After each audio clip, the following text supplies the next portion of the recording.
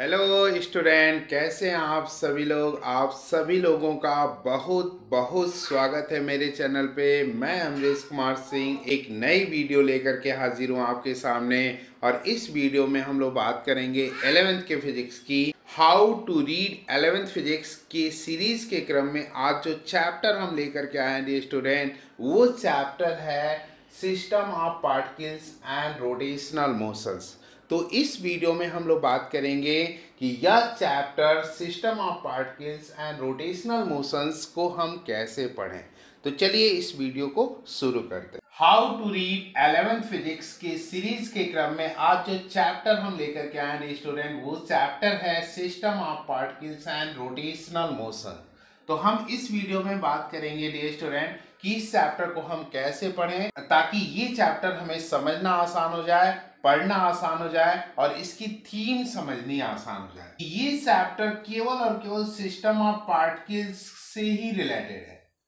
System of particles का मतलब होता है कि कोई भी बॉडी, हर एक बॉडी जो पार्टिकल से मिलकर बनी हुई है या पार्टिकल का ही सिस्टम है, तो ये पूरा चैप्टर सिस्टम ऑफ पार्टिकल्स से ही रिलेटेड है। और इस सिस्टम ऑफ पार्टिकल को हम दो पार्ट में डिवाइड करते हैं। पहला पार्ट है आपका सेंटर ऑफ मास हमें पढ़ना है, और दूसरे पार्ट में रिजिड बॉडी जो आपका सिस्टम ऑफ पार्टिकल्स ही होगा एंड इट्स रोटेशनल मोशन।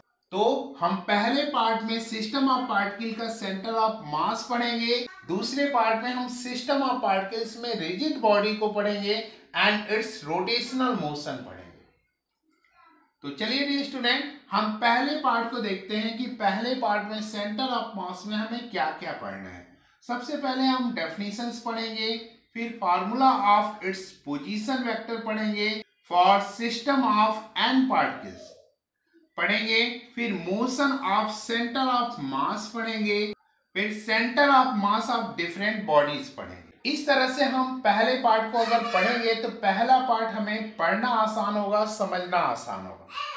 अब हम दूसरे पार्ट को कैसे पढ़ेंगे। सिस्टम ऑफ पार्टिकल्स में भी बहुत सारे सिस्टम ऑफ पार्टिकल्स होंगे, जिसमें हम रिजिड बॉडीज की बात करेंगे और इसके रोटेशनल मोशन की बात करेंगे। रोटेशनल मोशंस जब हम पढ़ने जाएंगे तो हमें थीटा क्या होता है, यानी कि एंगुलर डिस्प्लेसमेंट क्या होता है, थोड़ा सा प्री नॉलेज होना चाहिए।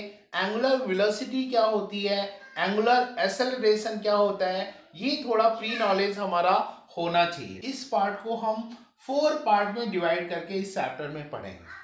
पहले पार्ट में हम टार्क पढ़ेंगे और equilibrium of rigid bodies in rotational motion की बात करेंगे। ये 2 पॉइंट हम डिटेल पढ़ेंगे, बहुत ही इंपॉर्टेंट पॉइंट है ये, और इसको हम पहले पार्ट में पढ़ेंगे। दूसरे पार्ट बी पार्ट में हम पढ़ेंगे angular momentum, law of conservation of angular momentum पढ़ेंगे, relations between torque and angular momentum पढ़ेंगे जो ये होता है। सी पार्ट में हम मोमेंट ऑफ इनर्शिया पढ़ेंगे, theorem related to moment of inertia पढ़ेंगे एंड इट्स एप्लीकेशंस पढ़ेंगे, फिर moment of inertia of different bodies पढ़ेंगे। ये सब इंपॉर्टेंट रिलेशन है, tau equal to I alpha और L equal to I omega, where tau is a torque, I is a moment of inertia, alpha is angular acceleration, L is a angular momentum, I is a moment of inertia and omega is angular velocity. तो ये कुछ important relations है जो यहाँ पे हम लोग पढ़ेंगे। यहाँ पे डी वाले पार्ट में हम रोटेटिंग मोशन की बात करेंगे, जिसमें किसी रोटेटिंग बॉडी की जो टोटल काइनेटिक एनर्जी होती है वो उस लीनियर काइनेटिक एनर्जी और रोटेशनल काइनेटिक एनर्जी के सम के इक्वल होती है। और यहाँ पे हम बता दें डियर स्टूडेंट कि rotational kinetic energy half I omega square होगा। तो अगर इस तरह से डिवाइड करके इस चैप्टर को पढ़ेंगे तो ये चैप्टर आपका पढ़ना आसान होगा, ये समझना आसान होगा और इसकी थीम समझनी आसान होगी। तो ये वीडियो आपको कैसी लगी जरूर बताइएगा। अगर अच्छी लगी हो तो एक लाइक कर दीजिएगा। अगर आप चैनल पे नए हैं तो चैनल को सब्सक्राइब कर लीजिएगा और अपने दोस्तों में ज़्यादा से ज़्यादा इस वीडियो को शेयर कर दीजिएगा, क्योंकि कहा भी जाता है कि कर भला तो हो भला। अगर आप दूसरे का भला करेंगे तभी ईश्वर भी आपका भला करेंगे। इन्हीं शब्दों के साथ आपको दुआ देते हुए कि आपका दिन शुभ हो, आपका रात्रि शुभ हो, आपका फ्यूचर शुभ हो, आपको आपके फ्यूचर की ढेर सारी शुभकामनाएं। इस वीडियो को एंड देते हैं। जय हिंद।